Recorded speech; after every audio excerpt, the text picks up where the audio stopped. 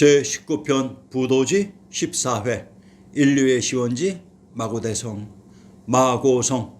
자, 지금부터는 부도지의 내용을 인용하고 그 내용들을 지도와 함께 해설하는 방식으로 진행하겠습니다. 부도지 제1장. 마고성은 지상에서 가장 높은 성이다. 천부를 봉수하여 선천을 계승하였다. 성 중에 사방에 4명의 천인이 있어 관을 쌓아놓고 음을 만드니 첫째는 황궁시요, 둘째는 백소시요, 셋째는 청궁시요, 넷째는 흑소시였다. 자, 지금부터는 정신 바짝 차려야 합니다. 음양 오행설의 음양과 오행 오방의 주인공, 그리고 그 오방의 나라가 누구였고, 그리고 그 오방의 황제인 오제의 정체와 왜 오방의 색깔이 황적, 흑백, 청이 되는지 그 이유들의 단서가 모두 등장할 것입니다. 그냥 다른 유튜브와 마찬가지로 개념에 대한 입증과 정확한 설명 없이 두리뭉실 넘어가면 그것은 아리아넥스의 역사복원 시리즈가 아닌 것입니다. 궁희의 아들 황궁과 청궁은 곧 황인종이며 소희의 아들 백수와 족수는 백인과 흑인으로 이 중 첫째가 황궁시로 이분이 종가인 맞이었던 것입니다. 상기 부도지의 내용 중 수정되어야 할 부분이 있어 우리의 지리지 신증동궁 여지선남을 인용합니다. 충청도 진천의 군명을 흑양, 황양, 진주, 강주, 수지, 창의, 의령, 상산, 금물로 만노라고 합니다. 삼국지의 영웅 상산의 조자령이 바로 이곳 출신으로 충청도 진천의 권치현역을 인용합니다. 신라 때 흑양군, 흑은 혹황이라고도 한다라고 했습니다. 즉 신증동궁 여지선남에서 흑과 황은 동일한 의미로 진천의 군명 황양은 황주와 동일한 지명의 다른 표기 방식으로 황주는 금강산과 왕부의 중심 관중의 박토지역을 포괄한다고 했습니다. 상기의 신증동궁 여지선남의 내용을 보면 알 수 있듯이 황이 곧 흑이라고 합니다. 그러면 상기에서 황궁시의 황이 곧 흑이기도 합니다. 그러면 상기의 내용 중 넷째는 흑소시였다의 내용은 바뀌어야 되는데 흑소가 아닌 적소였습니다. 왜냐하면 궁과 소의 직계선조가 다르기 때문입니다. 마고성은 지상에서 가장 높은 성으로 천부를 봉수하여 선천을 계승하였다고 했습니다. 자, 그러면 마고성에 있었던 천부의 지명을 밝혀보겠습니다. 한성부의 형성을 인용합니다. 북쪽으로 화산을 의지하고 남쪽으로 한강에 임하였다. 산하가 겹으로 둘러싸이고 사방으로 도로의 거리가 바르고 평균하다.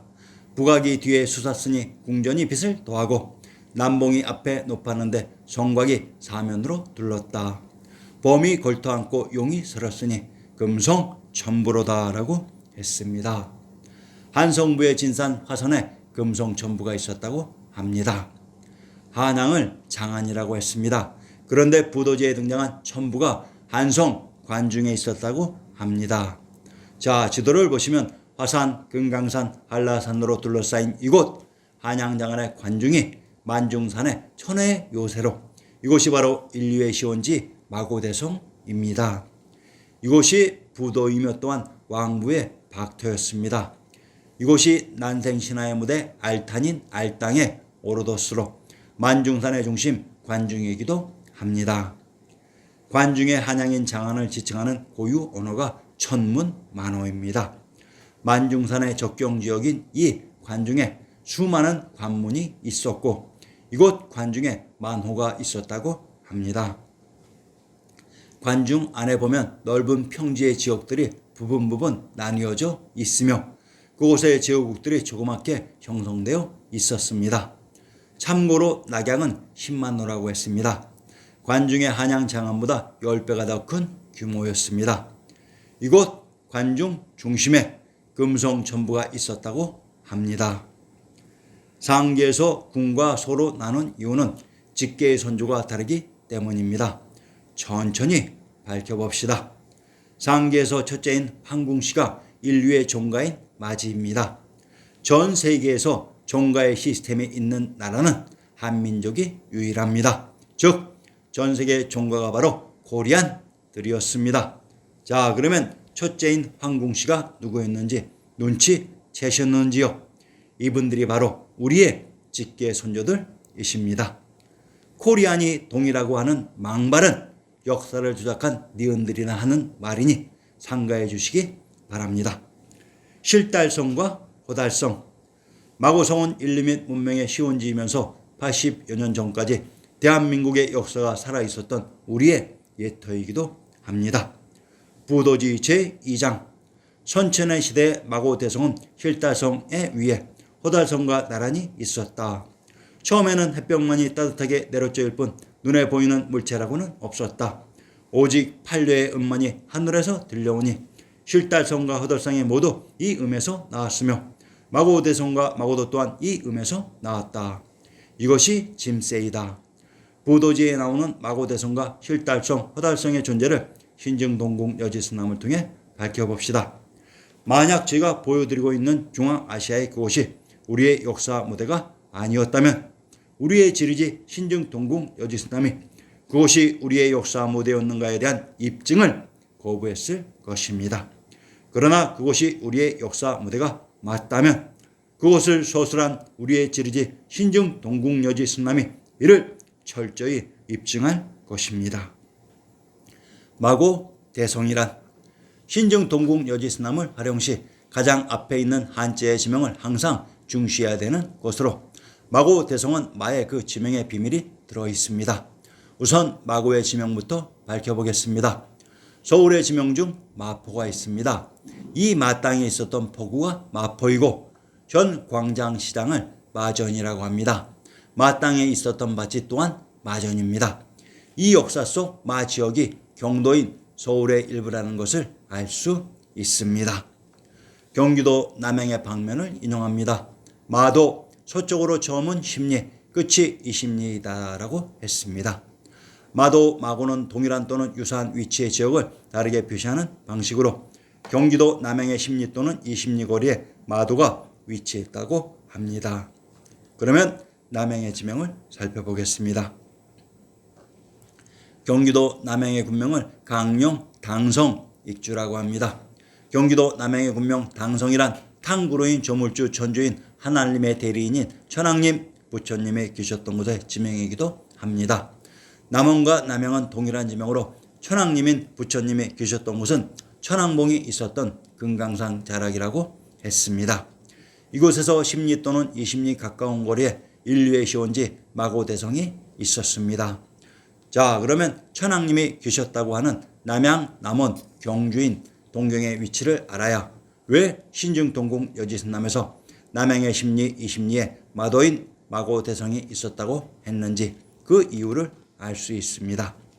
경기도 남양의 군명 당성과 전라도 남원의 군명 용성, 경주는 용왕님인 당구로인 천왕님이 계셨던 당구트라고 했습니다. 남양, 남원, 남평과 동경인 경주는 동일한 위치 지역에 있었습니다. 이곳에 가까운 곳에 인류의 시원지 마고대성이 있었다고 합니다. 경주인 남양의 근처가 바로 인류의 시원지 관중입니다. 실달성과 호달성이란 그러면 마고대성에 있었다고 하는 실달성과 호달성의 정체는 과연 무엇일까요? 우선 달성을 신증동궁 여지스남에서 찾아봅시다. 경상도 대구의 군명을 달구와 달성이라고 합니다. 경상도 대구의 군명이 달성으로 신증동궁 여지스남 경상도 대구의 속현을 인용합니다. 수성현 부해 남쪽 11리에 있다. 본래 위화군 또는 상촌 장군이라 하는데 신라 경도왕이 수창군으로 고쳤으며 가창이라고도 하였다고 했다. 수성을 수창군이라고 합니다. 수창에 있는 궁이 수창궁입니다. 신증동궁 여지스남 개성부의 신증가 고적을 인용합니다. 화평전 수창궁 안에 있다. 경희궁 수창궁 소수문 안에 있으니 연경궁이 불탄 이후로는 임금이 이 궁에서 거처하였고 우리 태조도 이 궁에서 왕위에 올랐다.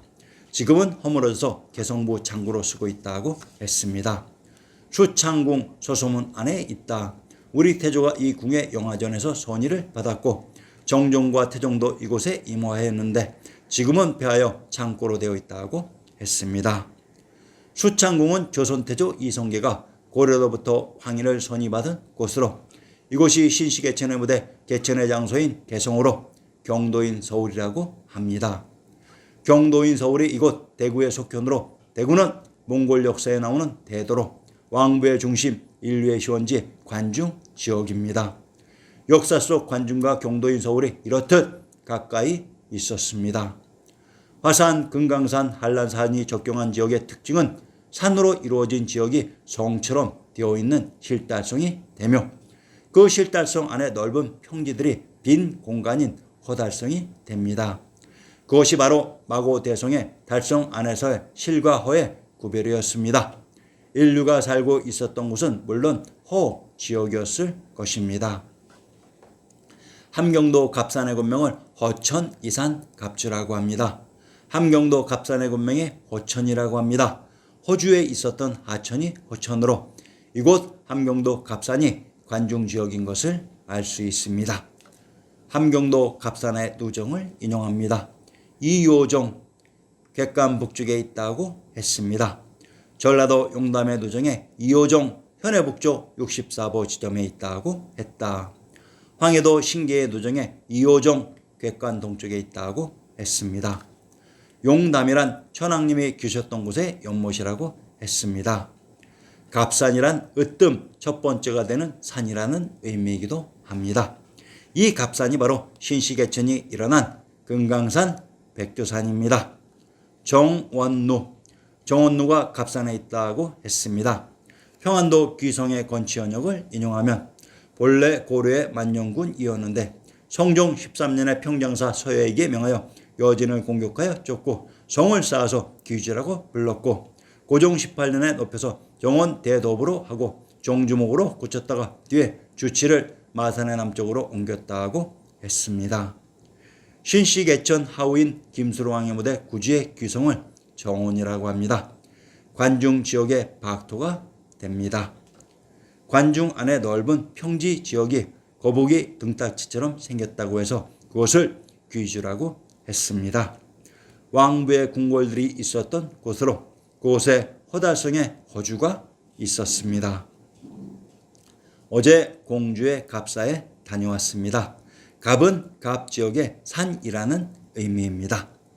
이곳 마고대성에 판려가 있었다고 합니다. 이곳 마고대성에 여씨가 탄생한 여지역이 또한 있었습니다. 참으로 신기하지요.